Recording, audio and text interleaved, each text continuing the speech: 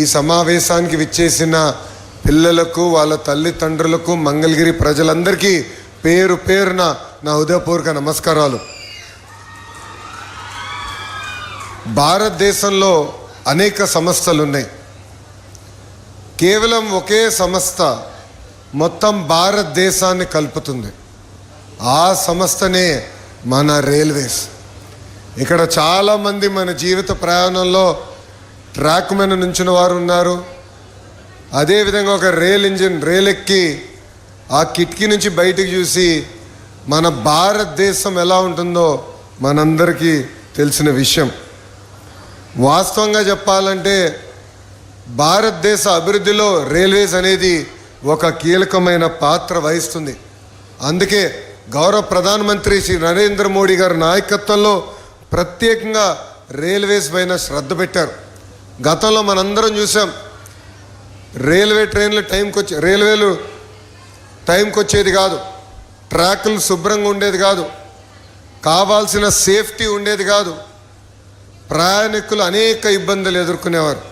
అలాంటిది గౌరవ ప్రధానమంత్రి నరేంద్ర మోడీ గారు ముందు చూపుతో ఈరోజు మనం ఒక్కసారి చూస్తే ఎప్పుడు లేని విధంగా వందే భారత్ కానివ్వండి, బుల్లెట్ ట్రైన్లు కానివ్వండి, కవచ్ సేఫ్టీ టెక్నాలజీ కానివ్వండి, 100% ఎలక్ట్రిఫికేషన్ కానివ్వండి, ఏకంగా మోడర్న్ ఫ్రేట్ కారిడార్స్ కూడా ఈరోజు మనం అభివృద్ధి చేసుకుంటాం జరిగింది.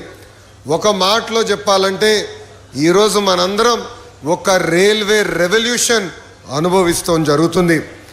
గౌరవ ప్రధానమంత్రి గారి ఆలోచన ఒకటే, దేశం అభివృద్ధి చెందాలంటే రైల్వేస్ అభివృద్ధి చెందాలి.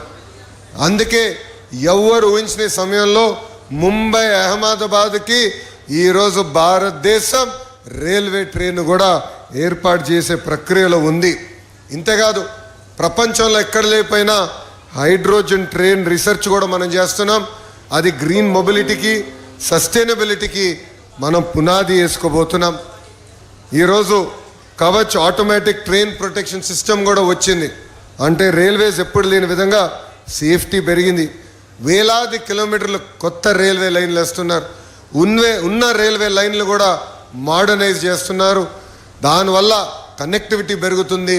మేడం గారు డ్యాష్ పడినప్పుడు ఒకటే చెప్పాను, పెమ్మసాని గారు కూడా ఇక్కడే ఉన్నారు, మన మంగళగిరిలో ట్రైన్లు ఎక్కువ ఆగేటట్టు చేయాలని ఈ సభాముఖంగా పెద్దలందరూ కూడా నేను కోరుతున్నా. రైల్వే స్టేషన్లు కేవలం రైలు ఎక్కి దిగేదని కాదు, రైల్వే స్టేషన్ అనేది ఒక ఎకనామిక్ యాక్టివిటీ కింద మారాలి. ఈరోజు ఒక పక్కన అమరావతిని మనం అభివృద్ధి చేసుకుంటున్నాం.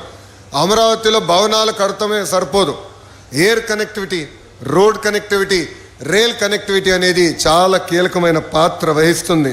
అందుకే గౌరవ ముఖ్యమంత్రి శ్రీ నారా చంద్రబాబు నాయుడు గారు ఈ 3 అనుసంధానం చేయాలి, ఒక ఇంటిగ్రేటెడ్ లాజిస్టిక్స్ నెట్వర్క్ ఏర్పాటు చేయాలని దిశగా ఈరోజు అమరావతి తయారు చేస్తున్నారు. ఇక్కడ మీరు అందరూ చూశారు, 2019 నుంచి 24 వరకు అభివృద్ధి కార్యక్రమాలు జరగలేదు. అమరావతి పనులు అన్నీ ఆగిపోయినాయి. అలాంటిది ఈరోజు ఒక పక్కన చంద్రబాబు నాయుడు గారు, ఇంకో పక్కన గౌరవ ఉప ముఖ్యమంత్రి పవన్ అన్న గారు కలిసి పెద్ద ఎత్తున అమరావతి పనులు కూడా పరిగెత్తిస్తాం జరుగుతుంది. మనందరి లక్ష్యం ఒకటే, అమరావతి అనేది ఒక గ్లోబల్ సిటీగా తయారు చేయాలని. ఇక్కడ మనందరూ తెలుసు, 60 సంవత్సరాలు చెమటోర్చి హైదరాబాద్ని కలిసికట్టుకు మనం అభివృద్ధి చేశాం. అలాంటిది 2014లో కట్టుబట్టలతో మెడబట్టి మనం బయటికి గెంటేశారు. ఈరోజు నేను ఎప్పుడు హైదరాబాద్ చూసినా అసూయపడుతున్నా. అక్కడ ఎయిర్పోర్ట్ కానీ, రైల్వే స్టేషన్ కానీ, ఆ ఐటీ టవర్లు చూస్తే నాలో అసూయ ఉంది. ఆ అసూయ నాలో కసి పెంచింది. ఎస్, ఆంధ్ర రాష్ట్రం కూడా దక్షిణ భారతదేశంలో నంబర్ 1 రాష్ట్రంగా మనం కలిసికట్టుగా తీర్చిదిద్దగలుగుతామని. డబుల్ ఇంజన్ సర్కార్ అనేది చాలా అవసరం. కేంద్రంలో నరేంద్ర మోడీ గారు, రాష్ట్రంలో చంద్రబాబు నాయుడు గారు, ఇద్దరు కలిసికట్టుగా ఆంధ్ర రాష్ట్రాన్ని అద్భుతంగా అభివృద్ధి చేస్తున్నారు. ఈరోజు వాస్తవంగా చెప్పాలంటే మనందరం నరేంద్ర మోడీ గారికి రుణపడి ఉండాలి. ఎందుకంటే మనందరికీ దశాబ్దాలుగా ఉన్న కళ, సౌత్ కోస్టల్ రైల్వే జోన్ ఏర్పాటు చేయాలి విశాఖపట్నంలో అని. అలాంటిది గౌరవ ప్రధానమంత్రి గారు అడిగిన వెంటనే మనకి south coastal railway zone sanction చేసి ఇమీడియట్గా ఆపరేషన్లు కూడా ప్రారంభించారు. విశాఖ ఉక్కుని కాపాడుకున్నాం, పోలవరానికి నిధులు తీసుకొచ్చాం, ఈరోజు ఏకంగా మంగళగిరి భూగర్భ డ్రైనేజ్ మనం ఏర్పాటు చేసుకుంటున్నామంటే దాంట్లో కేంద్ర ప్రభుత్వం కూడా నిధులు ఇస్తుంది. కేంద్ర ప్రభుత్వం నిధులు, రాష్ట్ర ప్రభుత్వ నిధులు కలిసి ఈరోజు ఎప్పుడు లేని విధంగా మన మంగళగిరిని కూడా మనం అభివృద్ధి చేసుకుంటాం జరిగింది.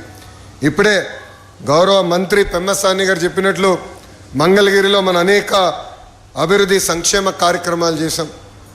శ్మశానాలుగా దగ్గర నుంచి కమ్యూనిటీ భవనాలు కానివ్వండి, 100 పడకల హాస్పిటల్ కానివ్వండి, లక్ష్మీ నరసింహస్వామి గుడి కానివ్వండి, రైల్వే స్టేషన్ కానివ్వండి, ఇట్లా చెప్పుకుంటా పోతే అనేక అభివృద్ధి సంక్షేమ కార్యక్రమాలు ఈరోజు కూటమి ప్రభుత్వం కలిసికట్టుగా మీకోసం చేస్తాం జరిగింది. ఆనాడు మిమ్మల్ని అందరినీ ఒక్కటే కోరా, 2019లో కరెక్ట్గా 23 రోజుల ముందల ఒక శాసనసభ్యుడిగా మీ ముందల నుంచిన మీ సమస్యలు నేను తెలుసుకోలేకపోయా, నేనేంటో మీకు అర్థం వల్ల 5300 ఓట్లతో ఓడిపోయానని. 5 సంవత్సరాలు కష్టపడ్డా, చెమటోర్చా, మీ మనసు గెలుచుకున్నా. ఆనాడు ప్రజలందరిని ఒక్కటే కోరా, నేను ఏ మెజార్టీ అయితే ఓడిపోయానో దాని పక్కన ఒక 0 పెట్టి నన్ను గెలిపించండి, అది నాకు కొండంత బలం ఇస్తుందని. ఎవరు ఊహించిన విధంగా ఆంధ్ర రాష్ట్ర చరిత్రలో ఎప్పుడు జరిగిన విధంగా టాప్ 3 మెజార్టీతో మీరు నన్ను గెలిపించి శాసనసభకు పంపించారు. అదే నాకు కొండంత బలం. ఈరోజు నేను ఏ మంత్రి గారితో మాట్లాడినా, కేంద్రంలో గౌరవ ప్రధానమంత్రి గారు కానివ్వండి, రాష్ట్రంలో ఉప ముఖ్యమంత్రి పవన్తో కానీ ఎప్పుడు మాట్లాడినా, అనామ మంగళగిరి నియోజకవర్గాన్ని మీరు చేయాలి, 91,000 మెజార్టీతో నేను గెలిచాను, బాధ్యత మీ పైన కూడా ఉందని వాళ్ళతో నేను ఒత్తిడి తీసుకొచ్చి పనులు చేపిస్తాం జరిగింది. నా గౌరవాన్ని మీరు నిలబెట్టారు, నా పైన బాధ్యత పెరిగింది. గడిచిన 2 సంవత్సరాలు అనేక అభివృద్ధి కార్యక్రమాలు చేశాం. ఇది తొలి అడుగు మాత్రమే, ఇంకా అనేక కార్యక్రమాలు చేయాల్సిన అవసరం ఉంది. ఎన్ని ఆర్థిక ఇబ్బందులున్నా, అంటే ఈరోజు ₹1 సంపాదిస్తే ₹40 ఖర్చు అవుతుంది. జీతాలు కానీ, పెన్షన్ కానీ, తల్లికి వందనం కానివ్వండి, ఉచిత బస్ కానివ్వండి, డిఎస్సి కానివ్వండి, మెగా జాబ్ క్యాలెండర్ కానివ్వండి, ఇవన్నీ చేయాలంటే ₹1 సంపాదిస్తే ₹40 ఖర్చు అవుతుంది. అయినా కూడా పర్వాలేదు, ఇచ్చిన హామీ నిలబెట్టుకోవాలి, డబ్బులు ఈరోజు కాకపోతే రేపు సంపాదిద్దామని అభివృద్ధి పదంలో కూడా గౌరవ ముఖ్యమంత్రి గారు ఆంధ్ర రాష్ట్రాన్ని పరిగెత్తిస్తున్నారు. ప్రజలందరూ ఆలోచించాలి. 5 సంవత్సరాలు తీవ్రంగా నష్టపోయాం, పెట్టుబడి రాలేదు, పరిశ్రమలు రాలేదు. అలాంటిది ఆగిపోయిన పనులన్నీ తిరిగి ప్రారంభించాం. ఈరోజు రాయల్ ఎన్ఫీల్డ్ ఆంధ్ర రాష్ట్రాన్ని ఎత్తుక్కుంటూ వచ్చింది, ఒక గూగుల్ ఆంధ్ర రాష్ట్రాన్ని ఎత్తుక్కుంటూ వచ్చింది. ఇంకో పక్కన ఫైటర్ జెట్ తయారు చేసే ఆమ్కా కూడా ఆంధ్ర రాష్ట్రాన్ని ఎత్తుక్కుంటూ వస్తుంది. ఇప్పుడే గౌరవ మంత్రి గారు చెప్పినట్లు ఇంకొక 3 సంవత్సరాలు నిరుద్యోగ యువకులు పక్క రాష్ట్రాల వైపు చూడాల్సిన అవసరం లేదు. పక్క రాష్ట్రంలో ఉన్న నిరుద్యోగ యువకులు ఆంధ్ర రాష్ట్ర వైపు చూసే విధంగా ఈరోజు పెట్టుబడులు, పరిశ్రమలు తీసుకొస్తున్నాం.